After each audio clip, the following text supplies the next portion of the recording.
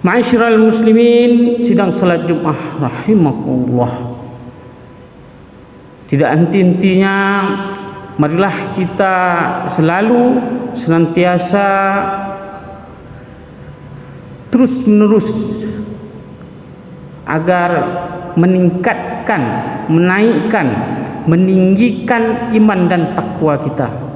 Karena iman dan takwa kita ini adalah modal untuk kita bahagia, selamat di dunia, lebih-lebih lagi di akhirat. Kemudian salawat serta salam tercurahkan atas Nabi Agung, Nabi besar, Nabi Muhammad sallallahu alaihi wasallam, manusia pilihan, manusia yang paling utama, insan kamil yang pantas patut kita teladani melalui dari berbagai aspek, baik itu aspek akidah, ibadah dan akhlak. Ma'asyiral muslimin, sidang salat Jumat yang berbahagia. Umat Islam mempunyai nama-nama bulan. Kalau kita telusuri, kita lihat lebih jauh, hampir setiap nama-nama bulan di dalam Islam ini memiliki peristiwa, kejadian, nilai-nilai yang penting dalam sejarah. Contoh, Muharram dikenal dengan hijrah, bulan Rajab Isra Mi'raj, Ramadan nuzulul Quran, Syawal Idul Fitri, Dzulhijjah kurban. Nah, alhamdulillah Rabiul Awal ini kita kenal dengan Maulid Nabi besar Muhammad sallallahu alaihi wasallam. Tidak seorang ahli sejarah pun, baik dia seperti kita ini umat Islam dan di luar umat Islam, yang apabila kalau mereka ini menulis, menganalisis tentang kesuksesan, keberhasilan, keunggulan perjuangan baginda Rasulullah sallallahu alaihi wasallam di dalam mengemban dan menegakkan syariah, amanah risalah Islam ini. Sebagai contoh, sudah bagus memang ketika umat Islam, tokoh-tokoh Islam, Yusuf Qaradawi, Ibnu Qayyim Al-Jauziyah, tidak jauh-jauh di Indonesia, Profesor Dr. Muzakir MA yang baru datang kemari, kemudian beliau di Baitur Rahman, Masjid Banda Aceh, melakukan Maulid Nabi. Kemudian dosen YIN Langsa Muhammad Anzaikan MA menulis di Serambi Indonesia bagaimana meneladani Rasulullah dalam segala lini.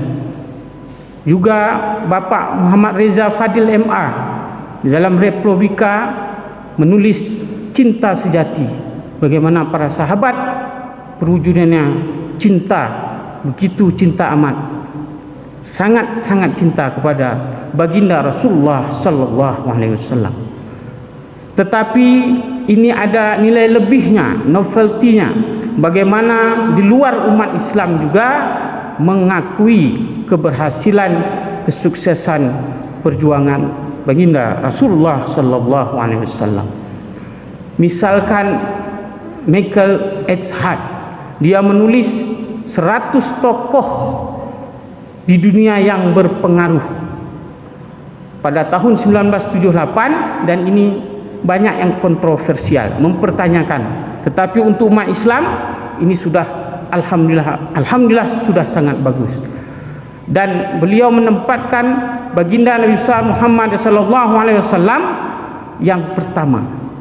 Padahal beliau bukan umat Islam. Malah Yesus Kristus yang ketiga, Isaac Newton yang nomor 2, baru dilanjutkan oleh Siddhartha Gautama agama Buddha, Konghucu dan lain sebagainya. Dan yang menarik di sini yang ingin saya tambahkan, dari 4 khalifah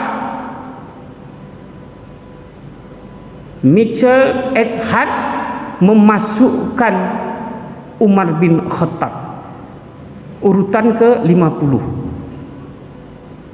Mengapa? Karena Umar bin Khattab salah satunya memiliki keseimbangan sebagai pemimpin negara dan pemimpin dunia. Sebagaimana beliau bisa melewati negara adikuasa pada waktu itu, Romawi atau Bizantium dan Persia, dan di saat pemimpin adil, maka pahalanya mengalir terus dari dulu, sekarang, dan sampai hari kiamat. Mengapa?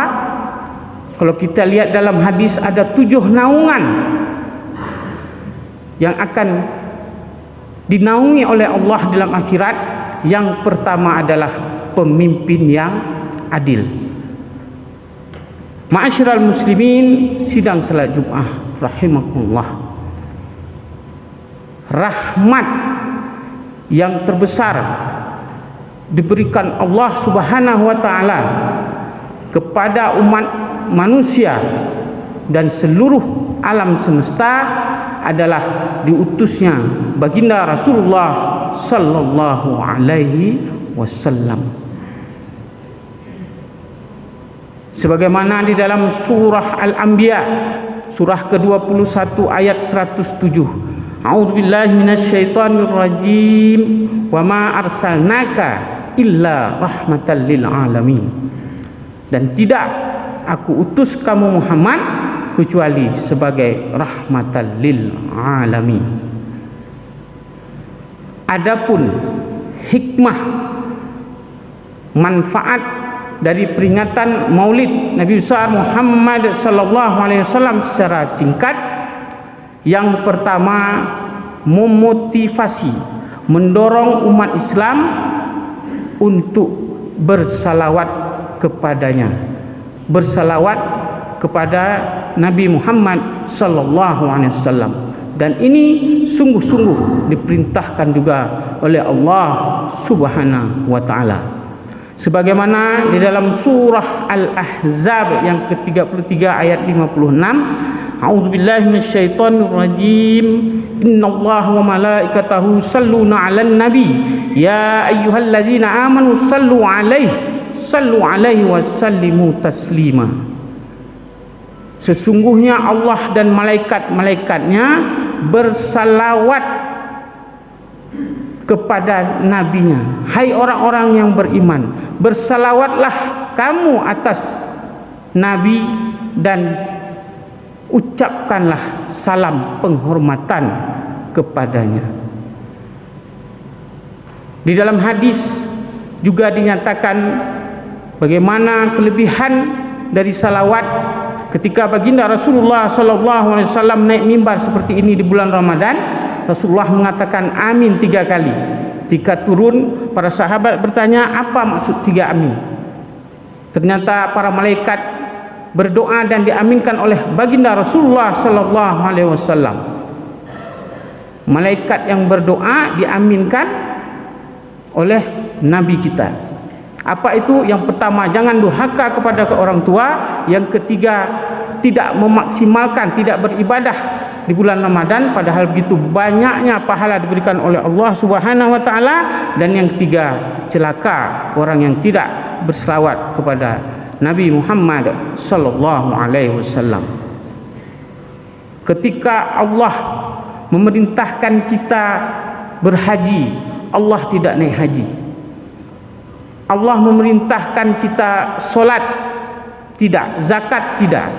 Tetapi ketika Allah memerintahkan kita bersalawat, Allah Subhanahu wa taala pun bersalawat atas keharibaan Nabi besar Muhammad sallallahu alaihi wasallam. Yang kedua, hikmah dari peringatan Maulid secara singkat, karena ekspresi kebahagiaan, ungkapan kesenangan, kegembiraan atas diutusnya Nabi Muhammad sallallahu alaihi wasallam. Dan ini harus kita jaga, harus kita pelihara, harus kita rawat demi cintanya kita kepada beliau. Salah satu contoh pada waktu itu, kalau orang Islam ketika mengagungkan Rasulullah, ini dapat pahala. Tetapi orang yang di luar, ya, di luar Muslim, seperti pamannya Abu Lahab, karena ketika lahir keponakannya ini dia merasa gembira, maka di dalam hadis disebutkan setiap hari Kamis hari Senin kelahiran baginda Rasulullah sallallahu alaihi wasallam, maka dihapus, maka dikurangi, maksudnya daripada azabnya. Tetapi selain hari Senin tetap disiksa oleh Allah Subhanahu wa taala melalui para malaikatnya. Yang ketiga, hikmahnya adalah ikhtiar, usaha untuk mengingatkan kembali atas uswatun hasanah, suri tauladan yang baik pada diri Nabi kita. Bagaimana kita dalam kehidupan sehari-hari beribadah, bermasyarakat, bernegara. Nah, uswatun hasanah ini hanya diberikan oleh Allah kepada 2 rasul saja. Dari 124.000 nabi, 313 nabi, rasul yang tidak diketahui, 25 rasul yang diketahui, dan 5 ulul azmi, maka terakhir ada 2 yang terbaik daripada seluruh nabi dan rasul. Yang pertama adalah alhamdulillah baginda Rasulullah sallallahu alaihi wasallam, sebagaimana termaktub di dalam surah Al-Ahzab yang ke-33 ayat 21, a'udzubillahi minasyaitonir rajim, laqad kana lakum fi rasulillahi uswatun hasanah. Kemudian yang kedua, Nabiullah Ibrahim, sebagaimana ditegaskan dalam surah Al-Mumtahanah yang ke-60 ayat 4, a'udzubillahi minasyaitonir rajim, qad kanat lakum uswatun hasanah fi Ibrahim wallazina ma'ah. Jadi ada kelebihan dari Nabiullah Muhammad sallallahu alaihi wasallam dan ada kelebihan Nabi Ibrahim sedikit. Apa itu? Kalau kepribadian maka diberikan kepada Nabi Muhammad sallallahu alaihi wasallam, sebagaimana di ayat tadi Rasulullah disebut dulu baru uswatun hasanah. Tetapi di dalam surah Al-Mumtahanah ini uswatun hasanahnya dulu, baru disebut Nabiullah Ibrahim. Dan ada kelebihan Nabiullah Ibrahim, yaitu dari keturunannya. Keturunannya banyak yang menjadi nabi dan rasul, sehingga Nabiullah Ibrahim dinyatakan dengan Al-Anbiya, bapaknya para nabi. Kenapa Nabi Adam, Nabi Nuh tidak dimasukkan, walaupun pertama lebih awal dari Nabiullah Ibrahim? Karena Nabi Adam anaknya ada yang durhaka, Nabi Lut ada yang durhaka, tapi Nabiullah Ibrahim hampir paling banyak anak-anaknya, keturunannya menjadi nabi dan rasul. Ma'asyiral muslimin sidang salat Jumat rahimakumullah. Adapun yang keempat, yaitu kita harus mengingatkan kembali peninggalan yang berharga dari baginda Rasulullah sallallahu alaihi wasallam. Ini harus kita jaga peninggalan sejarah ini. Rasulullah sallallahu alaihi wasallam bersabda, "Taraktu fikum amrayn lan tadillu abada in tamassaktum bihima kitaballahi wa sunnata rasulih." Telah aku tinggalkan dua perkara, kamu tidak akan sesat selama-lamanya, yaitu Al-Quran, hadis. Siapa yang harus kita tanya? Al-ulama'u warasatul anbiya. Ketika di sana ada ayat-ayat muhkamat, ada ayat-ayat mutasyabihat, maka kita tanya kepada ulama. Maaf, bukan kita tanya dengan petinggi, wali kota, bupati, gubernur, tetapi yang ahlinya. Ditegaskan dalam Al-Quran dalam surah Al-Anbiya ke-21 ayat 7, atau juga surah An-Nahl ke-16 ayat 43, sama bunyinya, a'udzubillahi minasyaitonirrajim, fas'alu ahla dzikri in kuntum la ta'lamun. Maka bertanyalah kamu kepada ahlinya yang profesional, yang betul-betul mengerti, jika kamu tidak mengetahui. Hadis Nabi, idza usidal amru ila ghairi ahli fantajris sa'ah. Jika kamu berikan tugas, kamu berikan pekerjaan bukan kepada ahlinya, kepada skillnya, maka tunggulah kehancurannya. Drag man on drag job, drag man on drag place. Jika pekerjaan itu akan menjadi baik kalau ditempatkan kepada tempatnya. Ma'asyiral muslimin, sidang salat Jumat rahimakumullah. Sebagai penutup, kalau kita lihat baginda Rasulullah sallallahu alaihi wasallam adalah manusia yang paling dermawan, sedekahnya paling banyak, paling bersih hatinya, paling kuat ibadahnya, paling kuat zikirnya, paling kuat akhlaknya. Namun dalam ilmu pengetahuan, dari semua paling ini adalah yang paling di atas paling lagi adalah akhlak beliau. Allah Subhanahu wa taala berfirman dalam surah Al-Qalam ke-68 ayat 4, a'udzubillahi minasyaitonir rajim, wa innaka la'ala khuluqin azim. Sungguhnya engkau Rasulullah mempunyai budi pekerti yang agung. Hadis, innama bu'istu liutammima makarimal akhlaq. Jadi akhlak beliaulah yang betul-betul disanjung, yang paling disanjung oleh Allah Subhanahu wa taala.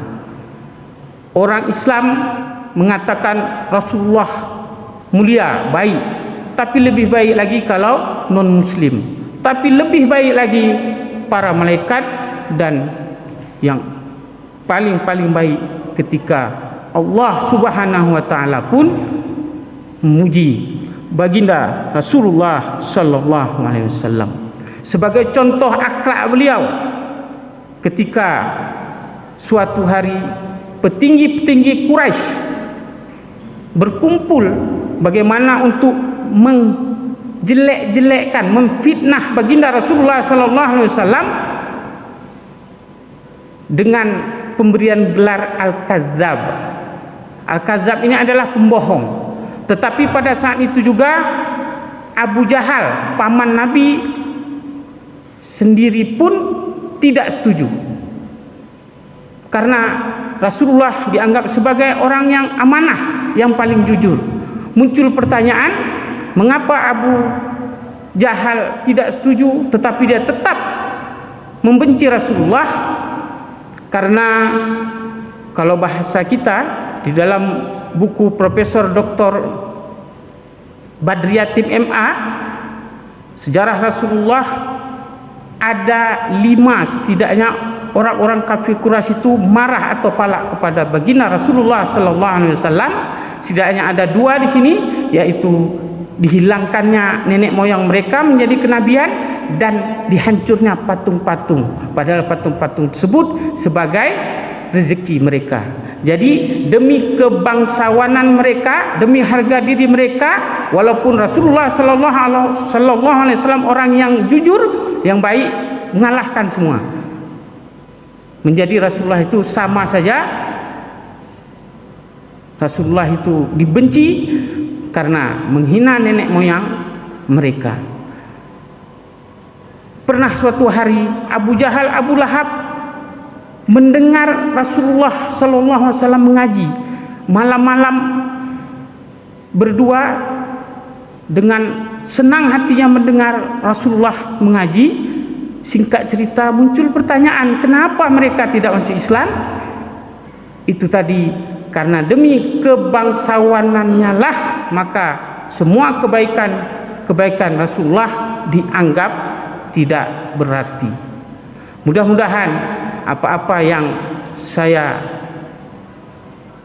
bicarakan ada berkahnya, dan kita sebagai umat Nabi Muhammad sallallahu alaihi wasallam sudah pasti, sudah tentu tidak dapat mengikuti keteladanan dari Rasulullah 100%. Jadi kita dapat mengikuti 90, 80, 30, itu pun sudah alhamdulillahirabbil alamin.